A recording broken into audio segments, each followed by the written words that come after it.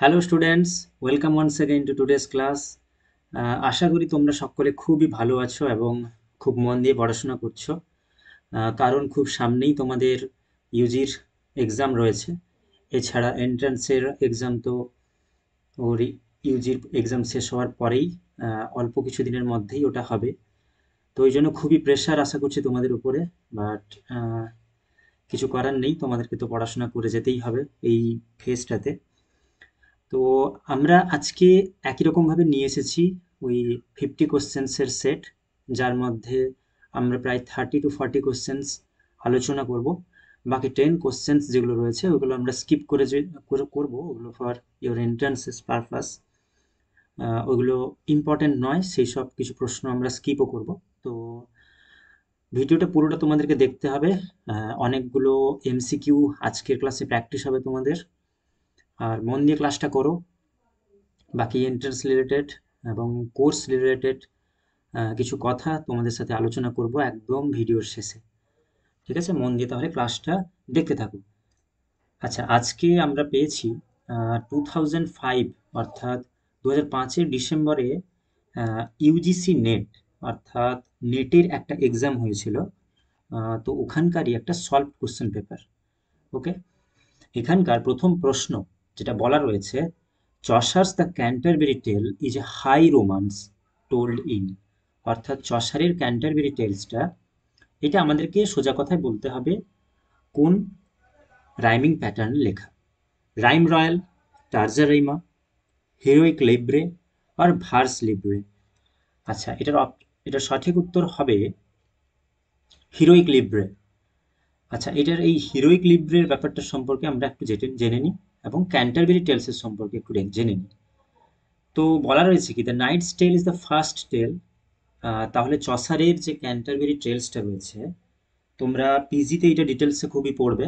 তার আগে একটা জেনারেল প্রলগ রয়েছে, অর্থাৎ গল্প শুরু হবে অনেক পরে, তার আগে একটা জেনারেল প্রলগ আছে, অর্থাৎ মোস্ট প্রবাবলি 238 লাইনস, 238 লাইনের একটা জেনারেল প্রলগ রয়েছে।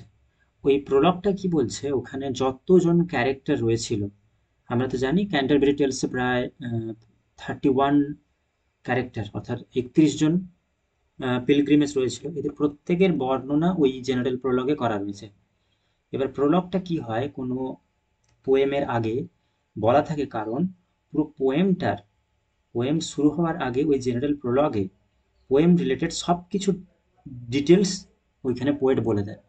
তো একই রকমভাবে ক্যান্টারবেরি টেলসের জেনারেল প্রলগে চসার প্রত্যেকটা character, like knight, squire, yeoman, wife of Bath, প্রত্যেকের ক্যারেক্টার তিনি বর্ণনা করেছেন। ওকে, ফিজিক্যাল অ্যাপিয়ারেন্স তাদের দিয়েছেন, তাদের ড্রেস কেমন ছিল, মুখটা দেখতে কেমন ছিল, চুলগুলো কেমন ছিল, গায়ে কি পড়েছিল, এছাড়া তারা কোথা থেকে আসছে, কোন কোন জায়গা থেকে বিলং করে, কে কোন কোন অকুপেশনের সাথে যুক্ত, এইসব এইসব নিয়ে জেনারেল প্রলগ। এবং তারপরেই স্টার্ট হচ্ছে এক একটা করে গল্প। এই এক একটা গল্প এক একটা ক্যারেক্টার বলেছিল। তার মধ্যে নাইটস টেল, এইটা ছিল একদম প্রথমের গল্প। The knight's tale is the first tale. তাহলে বোঝা গেল এই প্রশ্নটা, যে চসারের নাইটস টেলটা এটা কোন ধরনের ফর্মে লেখা। এবার জেনারেল প্রলগটা যদি তোমরা পড়ো, যেটা তোমরা পিজিতে আশা করি পড়বে, ওখানে বলা রয়েছে, ওটা রাইমিং প্যাটার্নটা দেওয়া রয়েছে, ওখানে একটা পোয়েমের আকারেই ওটা লেখা। কিন্তু সেই একই রকমভাবে নাইটস টেল যেটা স্টার্ট হচ্ছে, ওটা যদি তোমরা ফলো করো তাহলে লক্ষ্য করবে ওটা হিরোইক লিব্রে ফর্মে লেখা। এবার এই হিরোইক লিব্রে ফর্মটা কি, ওটা আমরা একটু দেখি। তো নাইটস টেল এটা প্রথম টেল, যেটা ক্যান্টারবেরি টেলসের একদম ফার্স্ট টেল, যেটা সম্পর্কে প্রশ্ন আসে। The story introduces various typical aspects of knighthood, such as courtly love and ethical dilemma. এবার স্বাভাবিকভাবেই এই নাইটস টেলটা বলেছিল নাইট বলে যে ক্যারেক্টারটা আছে। তো নাইট বলেছে মানে ও তো স্বাভাবিকভাবে সিভালরি এবং তার নাইটহুড সম্পর্কে ওই সব রিলেটেড গল্পগুলোই বলবে। তো এই গল্পটা ওই রকমই ছিল। The story is written in iambic pentameter and rhyme couplet, and libre means rhyme or metre in a musical composition. তাহলে হিরোইক রাইমে লেখা, বোঝা গেছে? Iambic pentameter, and rhyme couplet, অর্থাৎ দুটো করে যে কবিতার দুটো লাইন, লাস্টের লাইন দুটো ওইগুলো তোমার রাইমড হচ্ছে। যেমন ধরো যদি এখানে হয় বউ, তাহলে সেখানে হবে সো নেক্সট লাইনে, এইরকম ভাবে। আর হিরোইক কাপলেট হচ্ছে গিয়ে দুটো লাইন কাপলেট, ওকে, দুটো লাইন রাইমিং করবে, এইভাবেই লেখা, হিরোইক রাইমিং প্যাটার্নে লেখা। বোঝা গেছে? তাই অপশন সি হয়ে যাবে এখানে সঠিক উত্তর। আমি আশা করি তোমাদের এই প্রথম প্রশ্নের উত্তরটা বোঝাতে পারলাম। চলে যাচ্ছি question number 2। Marlowe's first original work was, অর্থাৎ ক্রিস্টোফার মার্লোর লেখা প্রথম প্লের নাম আমাদেরকে বলতে হবে। Tamburlaine the great, B tragical history of doctor Faustus, C the Jew of Malta, D the troublesome reign and lamentable death of Edward the second. সোজা কথায় বলা যায় এডওয়ার্ড দ্য সেকেন্ড। আচ্ছা, তাহলে মার্লোর লেখা এলিজাবেথেন এজের লেখক, একজন প্লে রাইট ছিলেন ক্রিস্টোফার মার্লো। তো তারই লেখা এক প্রথম প্লের নাম আমাদেরকে এখানে বলতে হবে। এবার এটা সঠিক উত্তর হবে Tamburlaine the great. Tamburlaine the great, okay. এই ট্যাম্বারলিন দ্য গ্রেটটা কার সম্পর্কে বলা রয়েছে? Asian empire Timur. অর্থাৎ ট্যাম্বারলিন দ্য গ্রেট এখানকার মেন স্টোরি তৈমুর বলে যে প্রোটাগনিস্টটা রয়েছে ওকে ঘিরে, যেটা লেখা হয়েছিল 1587-এ, এবং the play is a milestone in Elizabethan public drama, এবং এটা এলিজাবেথেন এজের একটা অন্যতম পাবলিক ড্রামা হিসেবে কনসিডার করা হয়। বোঝা গেছে? তাহলে অপশন এ হয়ে যাবে এখানে সঠিক উত্তর। এবং এই এক্সট্রা ডিটেলসটা তোমাদেরকে অবশ্যই জানতে হবে। ট্যাম্বারলিন দ্য গ্রেট এর প্রোটাগনিস্ট তৈমুর। যাচ্ছি question number 3। Marvel pays his homage to the protector and a tribute to the royal dignity of Charles the First in, Marvel বলতে অ্যান্ড্রু মার্ভেল। তিনি, এবার প্রশ্নটাই বলছে যে মার্ভেল অর্থাৎ অ্যান্ড্রু মার্ভেল, তিনি চার্লস দ্য ফার্স্ট অর্থাৎ কিং চার্লস দ্য ফার্স্ট যখন রাজা ছিলেন, তার ওই রয়্যাল রয়্যাল যে কি বলা যায়, যে ধরো রয়্যাল ডিগনিটি অর্থাৎ রয়্যাল ফেভার পাওয়ার জন্য তিনি তাকে উদ্দেশ্য করে অর্থাৎ তাকে ট্রিবিউট করে তিনি একটা পোয়েম লিখেছিলেন। ওকে, তাহলে ওই পোয়েমটা কি আমাদেরকে ওইটা বলতে হবে। উত্তর আমরা অপশনগুলো দেখি তারপরে বলছি। আচ্ছা, এর আগে একটা ছোট্ট টিপস তোমাদেরকে বলে রাখি। সেটা হচ্ছে এরকম যে আগেকার দিনে এলিজাবেথেন এজ, ইভেন চসারের এজে, বা আমরা যে দেখছি যে Andrew Marvell, John Dryden, Puritan age, প্রত্যেকটা এজে বিভিন্ন যারা পোয়েট থাকতেন তারা রয়্যাল হোমেজ পাওয়ার জন্য অর্থাৎ রয়্যাল প্যাট্রোনেজ পাওয়ার জন্য তারা বিভিন্ন কিং বা কুইনকে নিয়ে বা কুইনকে ডেডিকেট করে বিভিন্ন লেখালেখি করতেন। মাঝে মাঝে কিছু লেখা যেগুলো তারা ওই কুইন বা কিংকে ডেডিকেট করে দিতেন। তো এটাই মনে করা হয় কি যে স্বাভাবিকভাবেই রাজার ফেভার পেয়ে যাবে, তাহলে রাজার যদি গুণগান গায়, রাজার যদি গুণগান কোনো একজন পোয়েট করে, তাহলে তো অবশ্যই সেই পোয়েটের সেখানে প্রমোশন হবে, তাই না? তেমনি কিন্তু কোনো পোয়েট যদি রাজার এগেনস্টে কোনো কথা বলে, তাহলে তো অবশ্যই তো তাকে সেখান থেকে ব্যান বা ব্যানিশ করে দেওয়া হবে, যেমনটা ওই সময় অনেক ঘটেছে। আবার অন্যদিকে যারা রাজার সম্পর্কে, ওই রাজত্বকাল সম্পর্কে ভালো ভালো করে লেখালেখি করেছে, তাদের প্রমোশন হয়েছে। সিমিলারলি যেরকমটা হয়েছিল, Edmund Spencer fair queen dedicate করে দিয়েছিলেন এলিজাবেথকে। পিউরিটানে যে মিল্টন অলিভার ক্রমওয়েলকে ডেডিকেট করে পোয়েম লিখে দিয়েছিলেন। জন ড্রাইডেন লিখেছিলেন। ইভেন নিজে অ্যান্ড্রু মার্ভেল, তিনি চার্লস দ্য ফার্স্টকে ডেডিকেট করে পোয়েমটা লিখেছিলেন। তাহলে এই ডেডিকেশনের জন্য অর্থাৎ এই পোয়েম ডেডিকেট করে দিলেই বিভিন্ন অথারেরা স্বাভাবিকভাবেই রাজার খুব ফেভার পেয়ে যেত, এবং রাজা সেই সময় বিভিন্ন অর্থ প্রদান করতেন, তাই না? তো এইরকম হচ্ছে ব্যাপারটা, আমাদেরকে এখানে সঠিক উত্তর খুঁজতে হবে। প্রথম অপশন বলেছে the garden, the picture of TC, Bermudas, Horatian ode upon Cromwell's return from Ireland. তো এটা সঠিক উত্তর হবে option D.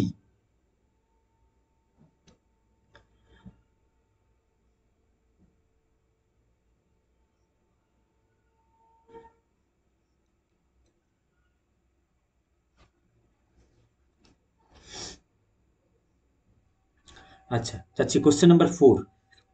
The life and death of Mr Badman was written by. আচ্ছা, এটা একটা ফ্ল্যাট একটা কোশ্চেন যেটা বলছে the life and death of Mr Badman, এটা কার লেখা? আচ্ছা, আমি তোমাদেরকে ক্লু দিতে পারি যে এইটা যিনি লিখেছিলেন তিনি কিন্তু দ্য পিলগ্রিম প্রোগ্রেস বলে একটা ওয়ার্কসের লেখক, কিন্তু তিনি সেম। তাহলে কে হতে পারে? আমরা সকলেই জানি পিলগ্রিম প্রোগ্রেসের লেখক হচ্ছেন গিয়ে জন বানিয়ান, এবং জন বানিয়ানের লেখা পিলগ্রিম প্রোগ্রেস খুবই ইম্পর্ট্যান্ট। ওকে, আচ্ছা, তাই অপশন বি এখানে সঠিক উত্তর। যাচ্ছি কোশ্চেন নাম্বার 5।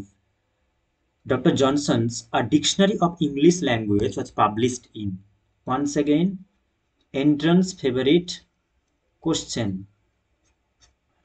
আমাদের সামনে আছে। এন্ট্রান্সের খুবই ইম্পর্ট্যান্ট একটা প্রশ্ন, যেটা খুবই ইম্পর্ট্যান্ট। বলছে ডক্টর জনসনস আর dictionary of the English language, অর্থাৎ আর dictionary of the English language, এটা ডক্টর জনসন লিখেছিলেন, ওইটার পাবলিশিং ইয়ার আমাদেরকে বলতে হবে। Is it 1755, 1756, 1757, 1758? এটা সঠিক উত্তর 1755, এবং এটা তোমাদের মাস্ট মনে রাখা দরকার, খুবই গুরুত্বপূর্ণ, খুবই most very very important. Okay, আচ্ছা, তাহলে উত্তর এটাই আমরা করলাম, এবং 1755 হয়ে যাবে সঠিক উত্তর। যাচ্ছি next question, question number 6। The main idea of Dunciad, এই ডানসিয়ার্ডটা কিন্তু পোপের লেখা, ওয়াজ টেকেন ফ্রম। তো এখানে বলতে চাইছে যে ডানসিয়ার্ড বলে যে ওয়ার্কসটা রয়েছিল আলেকজান্ডার পোপের, ওইটা তো আইডিয়া তো বিভিন্ন জায়গা থেকে আসে পোয়েটদের মাথায়। প্রশ্নটা আমাদেরকে জিজ্ঞেস করতে চেয়েছে যে পোপের মাথায় এই আইডিয়াটা কোথা থেকে এসেছিল? দ্য হিন্ড অ্যান্ড দ্য প্যান্থার থেকে, রিলিজিও লাইচি, ম্যাকফ্ল্যাকনি, অর দ্য মিডল? আচ্ছা, এগুলো সবই কিন্তু ড্রাইডেনের লেখা ওয়ার্কস। তার মধ্যে এই যে ম্যাকফ্ল্যাকনি বলে যে ওয়ার্কসটা রয়েছে, ওইখান থেকে ইনফ্লুয়েন্স হয়ে পোপ দ্য ডানসিয়ারটা লিখেছিলেন। ওকে, এই ম্যাকফ্ল্যাকনি বলে যে পোয়েমে, ওখানে ড্রাইডেন টমাস স্যাডওয়েল বলে একজন পোয়েট ছিলেন, ওনাকে খোঁচানি দেওয়ার জন্য এই ম্যাকফ্ল্যাকনি লিখেছিলেন। কারণ ওই টমাস স্যাডওয়েল তখনকার সময়ে পোয়েট লরেট হয়ে যান, অর্থাৎ রাজার একটা ফেভার পেয়ে যান, রাজার ফেভার পেয়ে যান এবং পোয়েট লরেট হয়ে যান। তো এইরকম একজন পোয়েট যিনি এতটা জ্ঞানীগুণী নন, সেরকম কিছু ভালো লেখালেখিও করতে পারেন না, অথচ রাজার ফেভার পেয়ে গেছেন, তাহলে এইটাতে ড্রাইডেন কি করলেন? ম্যাকফ্ল্যাকনি লিখে দিলেন তাকে খোঁচানি দেওয়ার জন্য। শেষ ওখানেই। এবারে এটা কিন্তু আমরা বলছি ধরো রেস্টোরেশনের আগে, অর্থাৎ এজ অফ ড্রাইডেন ওই রকম সময়ের। এর পরবর্তীকালে অগাস্টান এজে যখন আমরা আসছি, তখন লক্ষ্য করছি সিমিলার ঘটনা ঘটছে এখানেও। ওকে, এখানে ডানসিয়ার্ড বলে যে ওয়ার্কসটায় পোপ, তিনি তেমনি ওই জন ড্রাইডেনের কথা ফলো করে তিনি ডানসিয়ারটা লিখলেন, এবং এখানেও তিনি একজন পোয়েটকে খোঁচানি দেওয়ার জন্য এই ডানসিয়ারটা লিখেছিলেন। ওকে, সম্ভবত লুইস থিওবাল্ট বলে কোনো অথার ছিলেন, তাকেই খোঁচানি দেওয়ার জন্য এটা লিখেছিলেন। তাহলে আইডিয়াটা তিনি কোথা থেকে পেয়েছেন? ম্যাকফ্ল্যাকনি থেকে, ডেফিনেটলি ম্যাকফ্ল্যাকনি থেকে, তাই না? তাই অপশন সি এখানে হয়ে যাবে সঠিক উত্তর। যাচ্ছি question number 7। The character of the leech gatherer, অর্থাৎ লিচ গ্যাদারার বলে একটা ক্যারেক্টার আমরা পড়বো বা পড়েছি কোথাও, ওইটা কোন পোয়েমে আছে? The recluse, the prelude book 1, Laodamia, resolution and independence. আচ্ছা, এগুলো সবগুলোই ওয়ার্ডসওয়ার্থের পোয়েম, এবং এই লিচ গ্যাদারার বলে যে বিখ্যাত ক্যারেক্টার, ইম্পর্টেন্ট কোশ্চেন এটা। এটা এই লিচ গ্যাদারারকে আমরা দেখতে পাই রেজলিউশন অ্যান্ড ইন্ডিপেন্ডেন্স বলে ওয়ার্ডসওয়ার্থে একটা পোয়েম রয়েছে ওইখানে। যাচ্ছি question number 8। Table talk, table talk is a collection of এসে, অর্থাৎ টেবিল টক বলে একটা এসের কালেকশন রয়েছে, ওইটা কার লেখা? Lamb, Hunt, Hazlitt, De Quincey. এরা প্রত্যেকেই রোমান্টিক এজের এসেইস্ট, এবং এখানকার সঠিক উত্তর হয়ে যাবে উইলিয়াম হ্যাজেলিট, অর্থাৎ option C is right answer. এইগুলো জাস্ট ফ্যাকচুয়াল প্রশ্ন, বেশি ডিটেলসে যাওয়ার দরকার নেই। তাই তোমাদেরকে আমি এক্সট্রা কিছু এক্সপ্লেন করছি না এর ব্যাপারে। জাস্ট জেনে রেখো টেবিল টক লেখা হ্যাজেলিটের। ওকে, কিন্তু খুব important word. Next question number 9, Carlyle's Sartor Resartus. Thomas Carlyle বলে একজন ভিক্টোরিয়ান এসেইস্ট ছিলেন, ওনার লেখা সার্টোর রেসার্টার্স বলে এরকম একটা ওয়ার্কস আছে, যেটা was written under the influence of. Once again একই প্রশ্ন করেছে যে এই সার্টো রেসার্টার্স কোন লেখা থেকে ইনফ্লুয়েন্স হয়ে লেখা? Italian romance, German romance, French romance আর ব্রিটিশ রোমান্স? এটা সঠিক উত্তর হবে অপশন বি, জার্মান রোমান্স। এবং এই জার্মান রোমান্স থেকে ইনফ্লুয়েন্স হয়ে কার্লাইল সার্টো রেসার্টার্স লেখাটা লিখেছেন। যাচ্ছি question number 10, the image of the Neptune taming the sea horse appears in. অর্থাৎ রোমান সি গড, অর্থাৎ রোমানদের সমুদ্রের দেবতা Neptune, taming the sea horse, অর্থাৎ নেপচুন রয়েছে এবং তার নিচে একটা সি হর্স, তো তোমরা সকলেই জানো সিন্ধু ঘটক যেটাকে বলছে, ওকে টেম করে রেখেছে। অর্থাৎ টেম মানে তোমরা নিশ্চয়ই জানো যে ওই কি বলে ওটাকে, যে বশ করে রাখা। তো Neptune taming the sea horse, এইরকম একটা ছবি, এইরকম একটা ইমেজ আমরা কোন পোয়েমে দেখতে পাবো? Abt Vogler, Prospice, Andrea del Sarto আর মাই লাস্ট ডাচেস, এগুলো সবগুলাই রবার্ট ব্রাউনিং এর পোয়েম। এবং তোমরা যদি মাই লাস্ট ডাচেস পড়ে থাকো তাহলে ডেফিনেটলি দেখতে পাবে, বা ডেফিনেটলি এই লাইনটা পড়েছো, বা এই লাইন থেকে ডেফিনেটলি তোমাদের প্রশ্ন এসেছে যে এই এই যে ইমেজটা কি রিফ্লেক্ট করছে? Neptune taming the sea horse. Okay, এটা কিন্তু মাই লাস্ট ডাচেসেরই একটা ইমেজ। এবং আমরা যদি মাই লাস্ট ডাচেসটা পড়ে থাকি তাহলে আমরা দেখবো যে এরকম যে ওখানে যে ডিউক আছে, ডিউক অফ ফেরেরা, এবং ওই ডিউক কি করেছে, ওই ডাচেসকে হত্যা করেছে। এবং হত্যা করে দেওয়ার পর ওর একটা ছবি এঁকে ওটাকে দেওয়ালে টাঙানোর চেষ্টা করেছে বা টাঙিয়েছে। ওকে, এবারে ওই স্টোরি, ওই পুরো ঘটনাটা পড়লে বোঝা যাবে যে একটা একজন একজন যে একজন শক্তিশালী ডিউক বা একজন ওভার প্রোটেক্টিভ ডিউক, তিনি কিভাবে তার জোর, অর্থাৎ তার যে ক্ষমতা, তার পাওয়ার, এইটা দেখানোর জন্য, তার স্ত্রীর উপরে যে তার ক্ষমতা দেখানোর জন্য এরকম একটা ডেসক্রাইব, এরকম একটা পোয়েমের মাধ্যমে যেটা রবার্ট ব্রাউনিং দেখাচ্ছেন। তো সেই স্টোরিটা যে একদিকে ডিউক কিভাবে ডাচেসকে টেম করছে এবং কিভাবে ওকে টেম করে তাকে একটা ফটোবন্দি করে দিল। অর্থাৎ যদি ডিউকের কথার অবাধ্য ডাচেস হয় তাহলে ডাচেসদের কি হতে পারে। হ্যাঁ, তো অর্থাৎ সবসময়ই ডাচেসদেরকে ডিউকের আন্ডারে থাকতে হবে, তাদের কথা মেনে চলতে হবে।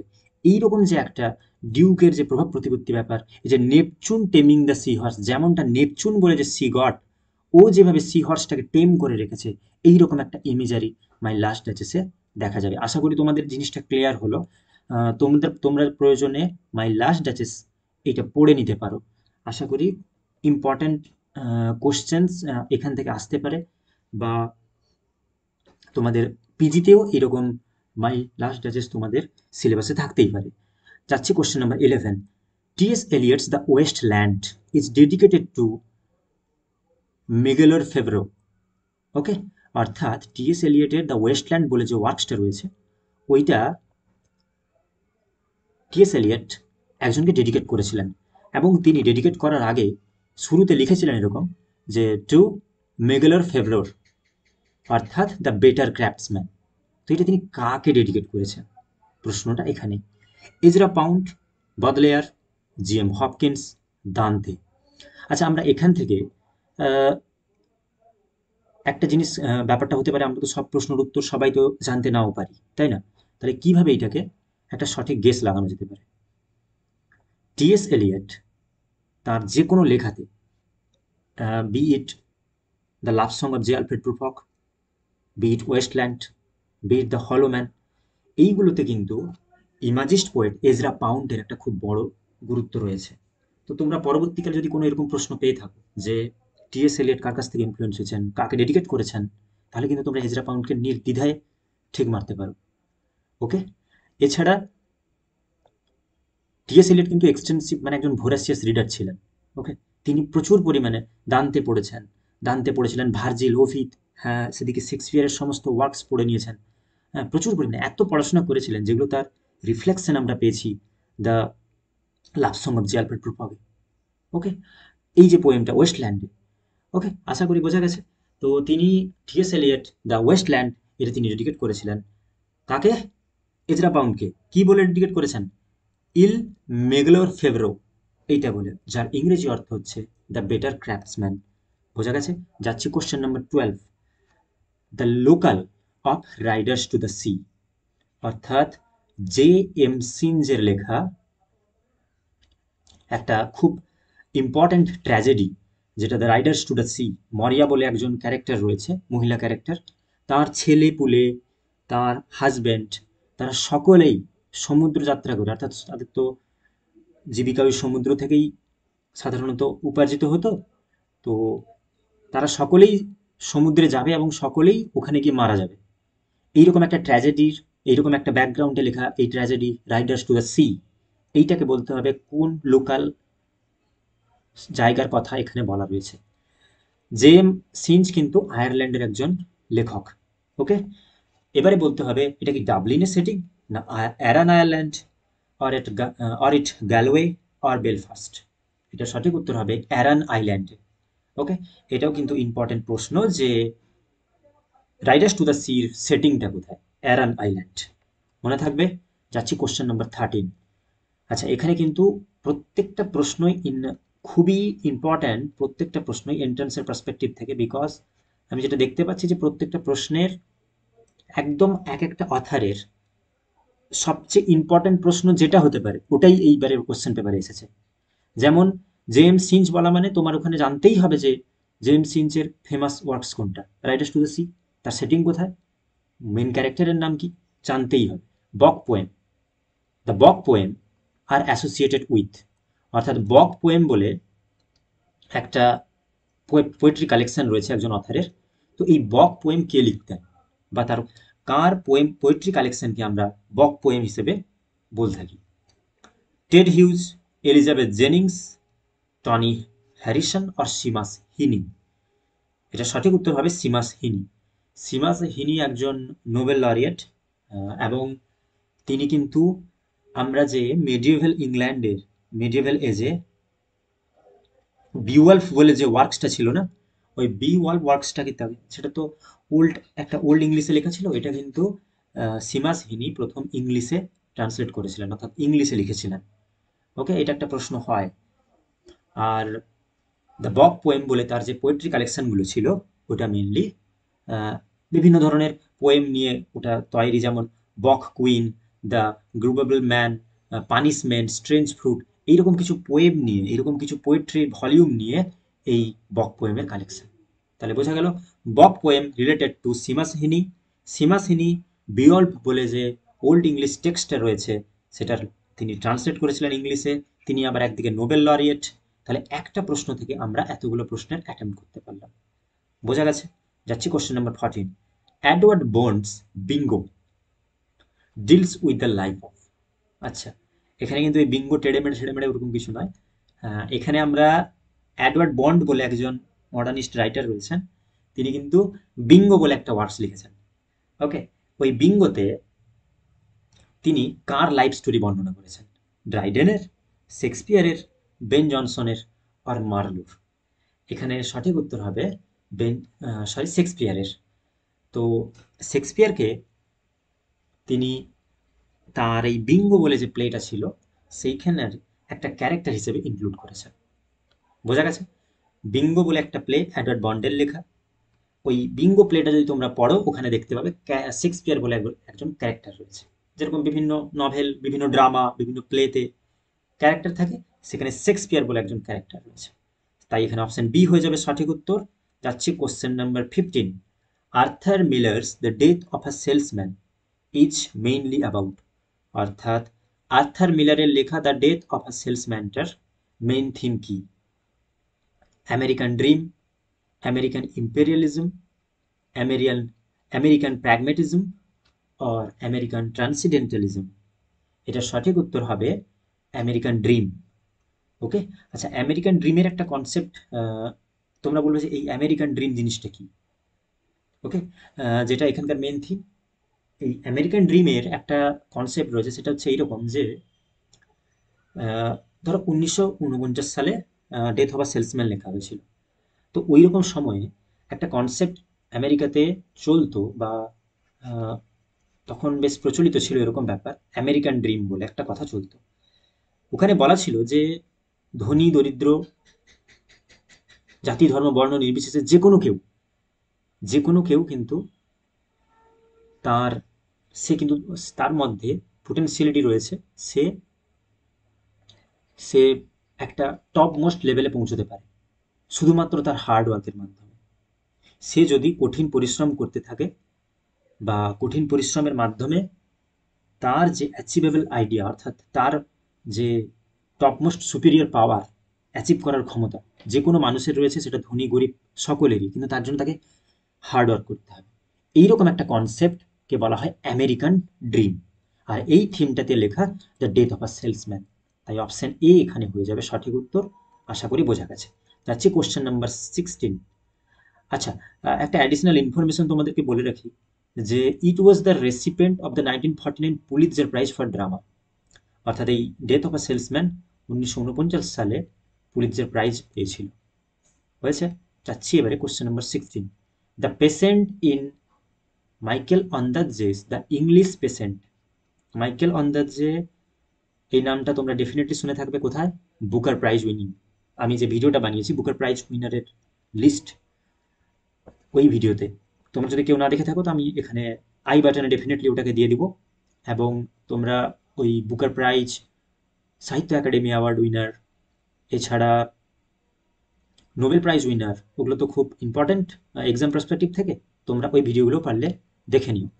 আচ্ছা, তো ওখানে আমি বলেছিলাম যে মাইকেল ওন্দাদজির, ইনি একজন অস্ট্রেলিয়ান, শ্রীলঙ্কান ডায়াসপোরিক রাইটার, যিনি দ্য ইংলিশ পেশেন্ট বলে তার একটা ওয়ার্কসের জন্য বুকার প্রাইজ পান।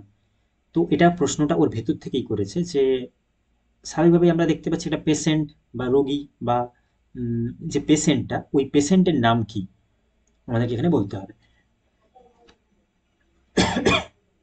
সরি, অ্যালামসে, ক্যারাভেগো, কৃপাল সিং হানা। এটা সঠিক উত্তর হবে অ্যালামসে। এই ওইখানকার যে পেশেন্টটা ছিল ওর নাম ছিল অ্যালামসে। ওকে, যাচ্ছি question number 17। Mimetic criticism views literary work as personalisation, depersonalisation, imitation, interpretation.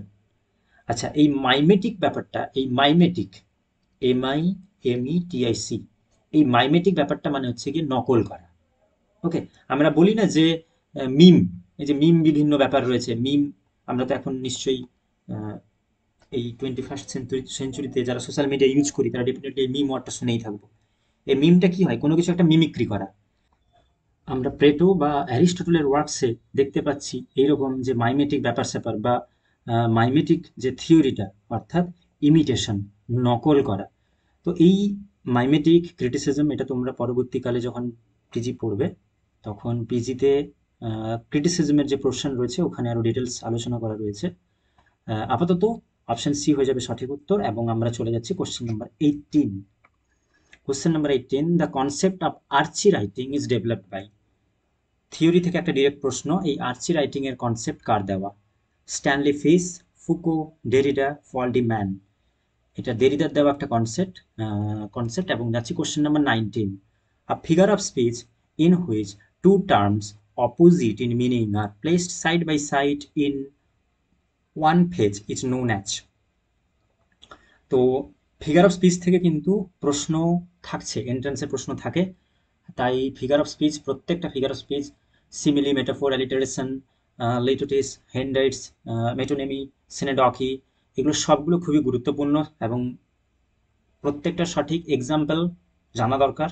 কারণ এক একটা সেন্টেন্স দিয়ে দিবে, ওখান থেকেই তোমাদেরকে বলবে যেটা কি ধরনের ফিগার অফ স্পিচ আইডেন্টিফাই করতে হবে। সো খুবই ইম্পর্টেন্ট ফিগার অফ স্পিচ এখানে বলতে হবে যে two terms opposite in meaning are placed side by side in one phrase is known as, অর্থাৎ দুটো বিপরীত শব্দ পাশাপাশি বসে একটা ফ্রেজের মধ্যে পাশাপাশি বসবে, যেটাকে আমরা বসে একটা অর্থপূর্ণ বাক্য তৈরি করবে, তাহলে কোন ফিগার অফ স্পিচ ইউজ হবে? Paradox, oxymoron, sarcasm, antithesis. এটা সঠিক উত্তর হবে অক্সিমোরন। আচ্ছা, এই অ্যান্টিথেসিস এবং অক্সিমোরন এই দুটো একটু কনফিউজিং ব্যাপার স্যাপার থাকে, তোমরা এটা ডিটেলস পারলে দেখে নিও। ইউটিউবেই অনেক ভিডিও অ্যাভেলেবেল রয়েছে, তোমরা ওগুলো দেখে নিতে পারো। যাচ্ছি question number 20। A stanza of 8 iambic pentameter, অর্থাৎ 8 আয়াম্বিক, 8টা আয়াম্বিক পেন্টিমিটার নিয়ে লেখা pattern A B A B C C is known as, অর্থাৎ এই প্যাটার্নটাকে আমরা কি বলবো? Rhyme royal, ottava rima, Tennysonian stanza, Spenserian stanza. এই টেনসেরিয়ান স্ট্যাঞ্জা বলে তো সেরকম কিছু হয় না, বাট এই যে 8 লাইন আয়াম্বিক পেন্টামিটার হবে অটোভারাইমা। তোমরা ওড টু ওয়েস্ট উইন্ড যদি পড়ে থাকো ইউজিতে, পিবি সেলির লেখা, তাহলে ওটা কিন্তু অটোভারাইমা ওই প্যাটার্ন ফলো করেই লেখা হয়েছে। আচ্ছা, আজকের মতো এখানে আমরা 20টা প্রশ্ন শেষ করলাম। নেক্সট 21 to 30 এখানে কিছুগুলো ক্রোনোলজিক্যাল সিকোয়েন্সে সাজানোর প্রশ্ন দেওয়া রয়েছে, যেগুলো কিছু প্রশ্ন আমি যদি মনে করি তাহলে ওগুলোকে স্কিপ করে দেব, বা তোমাদের হয়তো শুধুমাত্র পাবলিশিং ইয়ারটা মনে রাখা জরুরি বলে আমার মনে হবে, তাহলে আমি ওইগুলো তোমাদেরকে বলে দেব। এই ক্রোনোলজিক্যাল প্রশ্ন আপাতত এন্ট্রান্সে খুবই কমই আসে, তো তাও কিছু কিছু ইম্পর্ট্যান্ট ওয়ার্ডস রয়েছে যেগুলোর শুধুমাত্র সাল পাবলিশিং ইয়ারটা জেনে রাখা আই থিঙ্ক জরুরি। আচ্ছা, প্রথম প্রশ্নে বলেছে loves labour lost, twelfth night, Othello, Tempest.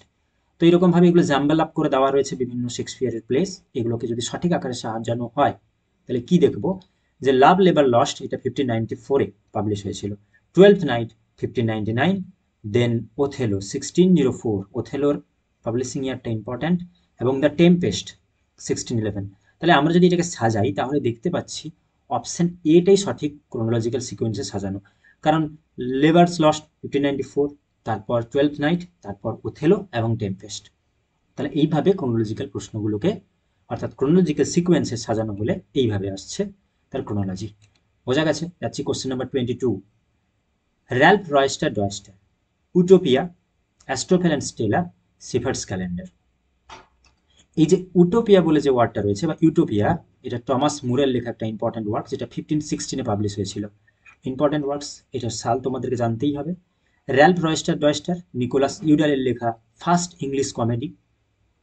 Date এতটা নেসেসারি নয় বা ইয়ারটা নেসেসারি নয়, কিন্তু নিকোলাস ইউডালের লেখা ফার্স্ট কমেডি, প্রথম ইংলিশ কমেডি হচ্ছে Ralph Roister Doister. Shepherd's calendar 1579, Edmund স্পেন্সারের লেখা। অ্যাস্ট্রোফেল অ্যান্ড স্টেলা 1580, ফিলিপ সিডনির লেখা। তাহলে এইভাবে ক্রোনোলজি করে সাজানো হলো, তাহলে অপশন ডি হয়ে যাবে এখানে সঠিক উত্তর। এর মধ্যে ইউটোপিয়ার পাবলিশিং ইয়ারটা ইম্পর্টেন্ট, বাকিগুলো না জানলেও হবে। আচ্ছা, যাচ্ছি কোশ্চেন নাম্বার 23।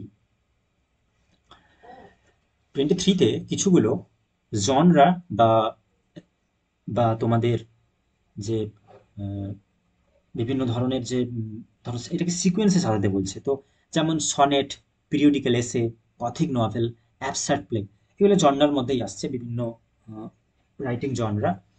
এটার ক্রোনোলজি, অর্থাৎ কোন ওয়ার্কস কখন এসেছিল সেটা আমাদেরকে ক্রোনোলজিক্যালি সাজাতে হবে।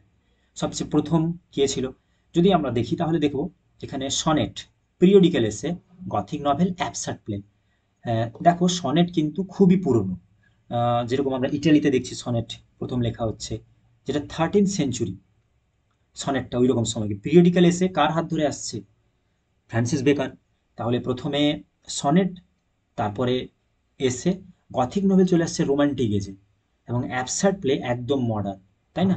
আর এই যে আমি যে জিনিসগুলো বললাম তোমাদেরকে, যে এজগুলোতে বললাম, ওইগুলো যদি আমরা ক্রোনোলজিক্যালি সাজাই, একদম প্রথম সনেট হয়ে যাবে, তারপরে পিরিয়ডিক্যাল এসে, অর্থাৎ বিভিন্ন এসে রাইটিংয়ের যে গুরুত্বটা বাড়লো, তারপরে গথিক নোভেল এলো, একদম রোমান্টিক এজে এসে ইম্পর্টেন্ট গথিক রাইটাররা ছিলেন Horace Walpole, Matthew Gregory Lewis, এরকম কিছুজন ওয়ার্কস বিভিন্ন রাইটাররা ছিলেন। অন্যদিকে ফ্র্যাঙ্কেনস্টাইনের লেখক মেরি শেলি, তারপরে আসছে absurd play, waiting for Godot. তাহলে এইভাবে সাজালে সিকোয়েন্সে সাজালে অপশন এ এখানে হয়ে যাবে সঠিক উত্তর। বোঝা গেছে? কোশ্চেন নাম্বার 24 যেটা আমরা স্কিপ করছি, তোমরা চাইলে দেখে নিতে পারো। যাচ্ছি কোশ্চেন নাম্বার 25। এখানে কিছুগুলো লিটারেরি টার্মস দেওয়া রয়েছে। এই লিটারেরি টার্মসগুলোকেও একই রকমভাবে তাদের অ্যাপিয়ারেন্স ইয়ার অনুযায়ী আমাদেরকে সাজাতে হবে। কি কি বলেছে? নেগেটিভ ক্যাপাবিলিটি কার দেওয়া কনসেপ্ট? জন কিটসের দেওয়া। সাবলাইম কার দেওয়া? সাবলাইম দেওয়া, এটা এই কনসেপ্টটা দিয়েছিলেন, সাবলাইম দিয়েছিলেন লঞ্জাইনাস। ডিসঅ্যাসোসিয়েশন অফ সেন্সিবিলিটি, এই কনসেপ্টটা দেওয়া টিএস এলিয়টের। এবং লাস্টে হেটেরোগ্লসিয়া, যেটা মিখাইল বাখতিনের দেওয়া একটা কনসেপ্ট। ওকে, এইটাকে যদি সাজানো হয় তাহলে আমরা লক্ষ্য করব যে নেগেটিভ ক্যাপাবিলিটিটা কিটসের দেওয়া, অর্থাৎ কিটস আসছেন রোমান্টিক এজে। ডিসঅ্যাসোসিয়েশন অফ সেন্সিবিলিটি টিএস এলিয়টের দেওয়া, ইনি আসছেন মডার্ন এজে। হেটেরোগ্লাসিয়া মিখাইল বাখতিন, তিনি একদম শেষে, অর্থাৎ রাশিয়ান যে রেভলিউশন হয়েছিল ইউএসএসএআর ওই রকম সময়ে, তখনকার স্টোরি। বাট সাবলাইমটা হচ্ছে গিয়ে এনসিয়েন্ট একটা কনসেপ্ট, যেটা গ্রিস দেশের ক্রিটিক লঞ্জাইনাস তিনি এইটা দিয়েছিলেন। তো অপশন সি এখানে হয়ে যাবে সঠিক উত্তর। এবং ক্রোনোলজিক্যালি সাজালে আহ, এইভাবে জিনিসটা আসছে। তোমরা যদি এক্সট্রা দেখতে চাও, তোমাদের উদ্দেশ্যে বলে রাখি নেগেটিভ ক্যাপাবিলিটিটা ইম্পর্ট্যান্ট এবং ডিসঅ্যাসোসিয়েশন অফ সেন্সিবিলিটি এটাও কিন্তু ইম্পর্ট্যান্ট। ফ্ল্যাট প্রশ্ন আসছে যে ডিসঅ্যাসোসিয়েশন অফ সেন্সিবিলিটি এটা কার দেওয়া কনসেপ্ট। যাচ্ছি কোশ্চেন নাম্বার 26। এখানে আমরা বিভিন্ন এলিজিকে দেখছি। আমরা কিন্তু আগের প্রশ্নগুলো যারা অ্যাটেম্প করেছি ওখানে আমরা দেখেছি ইংলিশ লিটারেচারে এলিজিটা কিন্তু খুবই ইম্পর্ট্যান্ট। কারণ এলিজি কাকে বলে?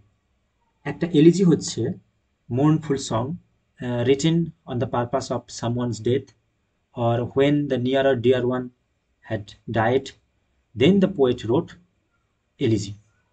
তাহলে যখন তোমার নিজের কাছের কেউ আত্মীয় পরিজন যখন মারা যায়, বা তখন আমরা সাধারণত খুব দুঃখ ফিল করি, খুব দুঃখিত হয়ে যাই। আর এই জিনিসটাকে লাগিয়েই ইংল্যান্ডের যে বিভিন্ন পোয়েটরা ছিলেন তারা এই এলিজি লিখেছিলেন। প্রত্যেকটা এলিজি এখানে যেগুলো দেওয়া রয়েছে খুবই important from exam point of view. Thyrsis, Adonais, Lycidas in memory of W B. Yeats, আমাদেরকে এটা ক্রোনোলজিক্যালি সাজাতে হবে। আচ্ছা, আমরা কিন্তু লিসিডাসকে বারবার পাচ্ছি। লিসিডাস কার লেখা? জন মিল্টনের লেখা। কাকে উদ্দেশ্য করে লেখা? এডওয়ার্ড কিংকে। তার কলেজের একটা ফ্রেন্ড এডওয়ার্ড কিং যখন মারা যান তখন লিসিডাস লিখলেন জন মিল্টন। ওকে, তারপরে পিবি সেলি লিখেছিলেন অ্যাডোনিয়াস। অ্যাডোনিয়াস কার উদ্দেশ্য করে? কাকে? কিটস যখন জলে ডুবে মারা যান তখন তাকে ডেডিকেট করে অ্যাডোনিয়াস লিখেন। ম্যাথু আর্নল্ড তিনি লিখলেন থায়ারসিস, তার একজন ফ্রেন্ড ছিলেন। আচ্ছা, আমি এই মুহূর্তে ওনার নামটা মনে করতে পারছি না। তোমরা যদি কেউ জানো তাহলে এটা কমেন্টে জানাতে পারো। Alfred Lord Tennyson Arthur Henry হলামের উদ্দেশ্যে তিনি কিন্তু একটা এলিজি লিখেছিলেন, যেটা ইন মেমোরিয়াম, তাই না? আচ্ছা, তারপরে আসছে in memory of W B. Yeats. এনাকে ডব্লিউ.বি. ইয়েটস এর মেমোরিতে লিখেছিলেন ডব্লিউ.এইচ. অডেন। তাহলে John Milton Puritan age, P B Shelley romantic age, Matthew Arnold Victorian এজের, ডব্লিউ.এইচ. Auden modern age. আমরা এজ ওয়াইজ যদি সাজিয়ে নিই কোন এজের কোন অথার ইম্পর্টেন্ট, তাহলেই কিন্তু এই ক্রোনোলজিটা আমরা ইজিলি এক চুটকিতে সাজিয়ে দিতে পারবো। সো অপশন সি এখানে আমরা দেখতে পাচ্ছি সঠিক উত্তর।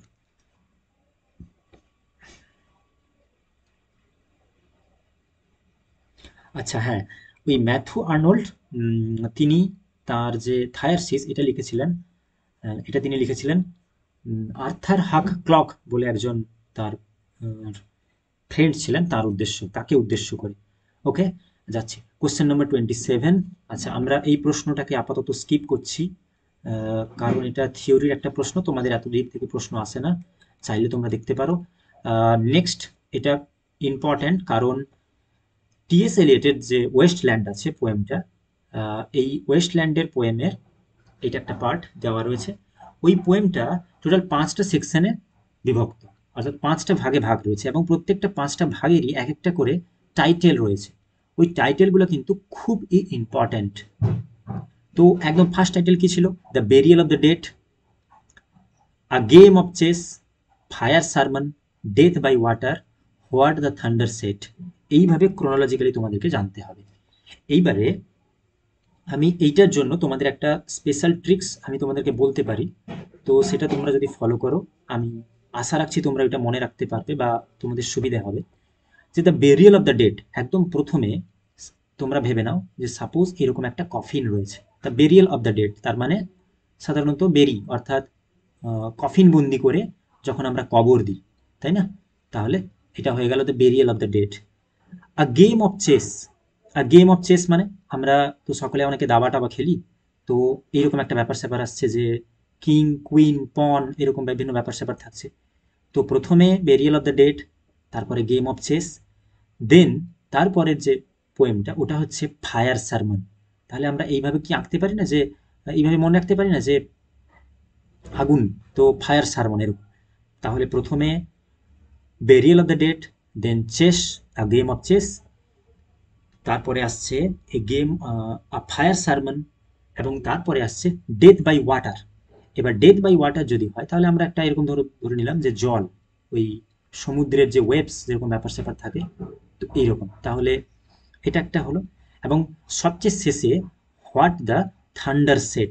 এবার থান্ডার মানে থান্ডার লাইটনিং, আমরা তো জানি যে থান্ডার লাইটনিং ব্যাপারটা কীরকম হয়। তো এইভাবে যদি আমরা মনে রাখতে পারি তাহলে আশা করি তোমাদের বুঝতে সুবিধা হবে বা এটা মনে রাখতে তোমাদের সুবিধা হবে এই ক্রোনোলজিটা। The burial of the dead, a game of chess, a fire sermon, death by water, what the thunder said. So এইভাবে এই পাঁচটা পরপর টিএস এলিয়টের ওয়েস্টল্যান্ডের এইভাবে পোয়েমটার ভাগ রয়েছে। বোঝা গেছে? যাচ্ছি কোশ্চেন নাম্বার 29। আচ্ছা, এখানে কিছুগুলো ওয়ার্কস রয়েছে বিভিন্ন ইম্পর্ট্যান্ট অথারদের, তাদের ওটাকে ক্রোনোলজি করে আমাদের সাজাতে হবে। আচ্ছা, এর মধ্যে কান্থাপুরা ইম্পর্ট্যান্ট 1938 এর লেখা, রাজা লাওর লেখা important work. Midnights children 1981, Salman Rushdie, Booker prize winner, Booker prize winner. Calcutta chromosome, Amitabh ঘোষের লেখা। তো এই দুটো ওয়ার্কস খুবই ইম্পর্ট্যান্ট, তোমাদেরকে মনে রাখতে হবে। নেক্সট 30, কোশ্চেন নাম্বার 30, আমি ওটাকে স্কিপ করছি। শুধুমাত্র তোমরা জেনে রাখো যে the aspects of the novel, এইটা লেখা এম ফ্রস্টারের। ওকে, আচ্ছা, এরপরে কিছু প্রশ্ন দেওয়া রয়েছে 31 to 40। এই প্রশ্নগুলোতে কি বলছে? দ্য ম্যাচিং পেয়ার, অর্থাৎ যেটা যে অথারের সাথে ম্যাচ করছে আমাদেরকে শুধু ওই পেয়ারটাই বের করতে হবে, বাকি যেগুলো ফুল ওগুলো আমাদেরকে বাদ দিতে হবে। দেখি তাহলে, Sohrab and Rustum written by Arnold, এইটা কিন্তু সঠিক। দ্য প্রিন্সেস, এটা ব্রাউনিংয়ের লেখা নয়, তাহলে এটা ম্যাচ করছে না। এটা কার লেখা? টেনিসনের লেখা। হাক সেলিয়ন মৌবার্লি, এটা কার লেখা? আচ্ছা, এটা ইমাজিস্ট পোয়েট এজরা পাউন্ডের লেখা, তাহলে এটাও ম্যাচ করছিল না। দ্য এক্সকারশন, এক্সকারশন কার লেখা? এটা ওয়ার্ডসওয়ার্থের লেখা, তাই না? তাহলে দেখো ম্যাচিং পেয়ারে কোনোগুলো পোয়েম কোনোগুলো অথারের সাথে ম্যাচ করছে না except option A, Sohrab and Rustum আর্নল্ডের সাথে ম্যাচ করছে, তাই অপশন এ হয়ে যাবে এখানে সঠিক উত্তর। বোঝা গেছে? দারুণ interesting question. Question number 32, middle March, এই নভেলটা কার লেখা? জর্জ ইলিয়টের লেখা। এটা কি পিকারেস্ক নভেল? আচ্ছা, ওইটা পরে আসছি। ওমেন ইন লাভ, এটা কি হিস্টোরিক্যাল নভেল? এটা ডিএইচ লরেন্সের লেখা। প্যামেলা এপিস্টোলারি নভেল, স্যামুয়েল রিচার্ডসনের লেখা। Pride and prejudice autobiographical novel, Jane অস্টিনের লেখা। আচ্ছা, প্রাইড অ্যান্ড প্রেজুডিস কিন্তু অটোবায়োগ্রাফিক্যাল নভেল নয়, তাহলে এটা কিন্তু ম্যাচ হয়নি। ওমেন ইন লাভ, এটা তো হিস্টোরিক্যাল নভেল নয়। ওকে, আচ্ছা, মিডল মার্চ এটা পিকারেস্ক নভেল নয়। শুধুমাত্র প্যামেলা বা স্যামুয়েল রিচার্ডসনের লেখা প্যামেলা এপিস্টোলারি ফর্মে লেখা। আর আমি বারবার আগেই বলেছি এপিস্টোলারি নভেল কথার অর্থ হচ্ছে গিয়ে যে নভেলটা লেটারের আকারে, অর্থাৎ a novel written in letters, তখন ওইটাকে বলা হয় প্যামেলা। প্যামেলাটা ওই ফর্মে লেখা এপিস্টোলারি নভেল, তাহলে এইটার সাথে এটা ম্যাচ করছে, অপশন সি এখানে হয়ে যাবে সঠিক উত্তর। ও যাচ্ছি কোশ্চেন নাম্বার 33, কিছুগুলো জায়গা অর্থাৎ ফিকশনাল প্লেস এবং তাদের অথারের নাম দিয়েছে। কি কি দেখি? Dickens, Manchester, Faulkner, William Faulkner, Yoknapatawpha, James Joyce, Belfast, Lawrence Birmingham. আচ্ছা, আমরা যেটা দেখতে পাচ্ছি এখানে ডিকেন্স কিন্তু ম্যানচেস্টারের সাথে ম্যাচ হয় না। জয়েসের সবসময় ডাবলিন, হ্যাঁ, আয়ারল্যান্ডে ডাবলিন অর্থাৎ বেলফাস্ট, তো ওটা ম্যাচ হচ্ছে না। বাকি ফকনার, উইলিয়াম ফকনার, তিনি তার যে কান্ট্রি সাইডের নাম এইটা দিয়েছিলেন যে ইয়োকনা পাটওয়া। ওকে, তোমরা এটা মনে রাখতে পারো, একটু বিদঘুটে নাম। বাট আর কে নারায়ণের যেরকম মালগুড়ি, তেমনি টমাস হার্ডির ওয়েসেক্স বলে যে সমস্ত ফিকশনাল প্লেস ছিল, তেমনি ফকনারের মানে ফকনারের ইম্পর্টেন্ট যে প্লেসটা ছিল সেটা হচ্ছে ইয়োকনা পাটওয়াফা। ওকে, এটা ম্যাচ হচ্ছে। যাচ্ছি কোশ্চেন নাম্বার 34। বিভিন্ন মুভমেন্টের সাথে তাদের যে অ্যাসোসিয়েটেড অথার বা মেম্বার যারা রয়েছেন তাদেরকে এখানে ম্যাচ করতে হবে। Magic realism Graham Greene, expressionism Virginia Woolf, symbolism T E. Hulme, naturalism Emile Zola. আচ্ছা, এখানে অপশন এটা হয়ে যাচ্ছে সঠিক উত্তর। যাচ্ছি কোশ্চেন নাম্বার 35। বিভিন্ন অথার এবং তাদের ওয়ার্কস দেখি। Audrey Thomas the stone angel, না, স্টোন এঞ্জেল কিন্তু মার্গারেট লরেন্সের লেখা, এটা মিসম্যাচ করছে।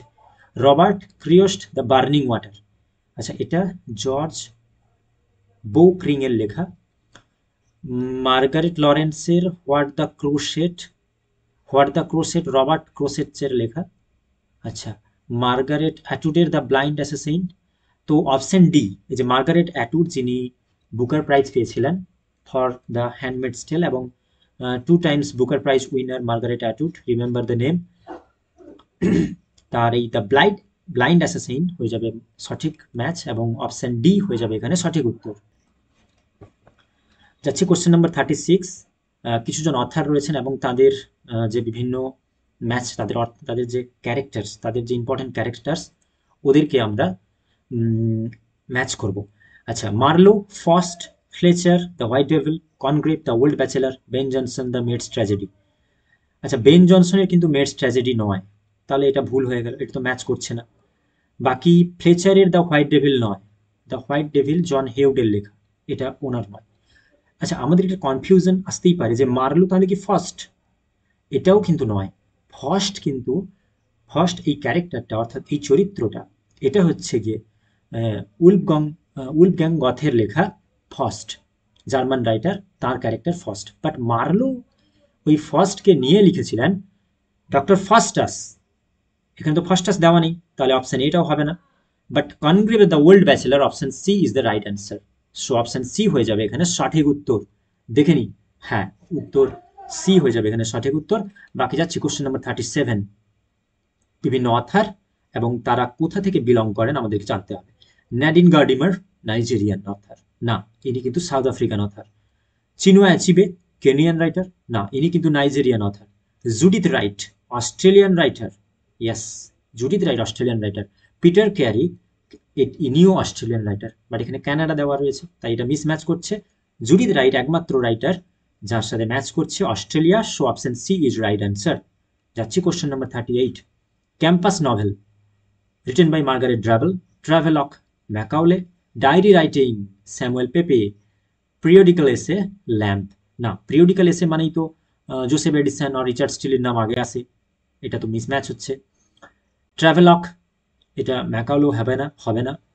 ক্যাম্পাস নোভেল মার্গারেট ড্রাবেল, এটাও মিসম্যাচ করছে। বাট ডায়েরি রাইটিং এর ক্ষেত্রে স্যামুয়েল পেপে এবং জন ইভলিন, এনার আরেকজন EVELYN, জন ইভলিন বলে আরেকজন রাইটার ছিলেন, এনারা হচ্ছেন গিয়ে diary writer. So option C এখানে রাইট ম্যাচিং। যাচ্ছি কোশ্চেন নাম্বার 39। ইন্ডিয়ান রাইটারদের নাম এবং তারা কোন ল্যাঙ্গুয়েজে লেখালেখি করেন আমাদের একটু আইডেন্টিফাই করতে হবে। গিরিশ কর্নাড কান্নাডা, A.K. রামানুজন তেলেগু, কমলা দাস তামিল, আর পার্থসারথী মালায়ালাম। এখানে গিরিশ কর্নাড হয়ে যাবে সঠিক উত্তর, অপশন এ। ওকে, গিরিশ কর্নাড যিনি ছিলেন কানাডা ল্যাঙ্গুয়েজে তিনি লেখালেখি করেছেন। আচ্ছা, তোমাদের উদ্দেশ্যে একটা জিনিস ইন্টারেস্টিং ফ্যাক্টস বলে রাখি। তোমরা যদি কেউ এক থা টাইগার বা টাইগার জিন্দা হ্যায় এরকম কোনো সিনেমা যেটা সালমান খান রয়েছে, তোমরা যদি কেউ দেখে থাকো, ওখানে কিন্তু গিরিশ কর্নাডকে আমরা ওখানে কিন্তু স্টার কাস্টে কিন্তু গিরিশ কার্নাড ছিলেন। এছাড়া তোমরা ইউটিউবে স্বামী অ্যান্ড ফ্রেন্ডস হিসেবে সার্চ করতে পারো, ওখানেও গিরিশ কার্নাড কিন্তু কাস্ট হিসেবে নিযুক্ত ছিলেন।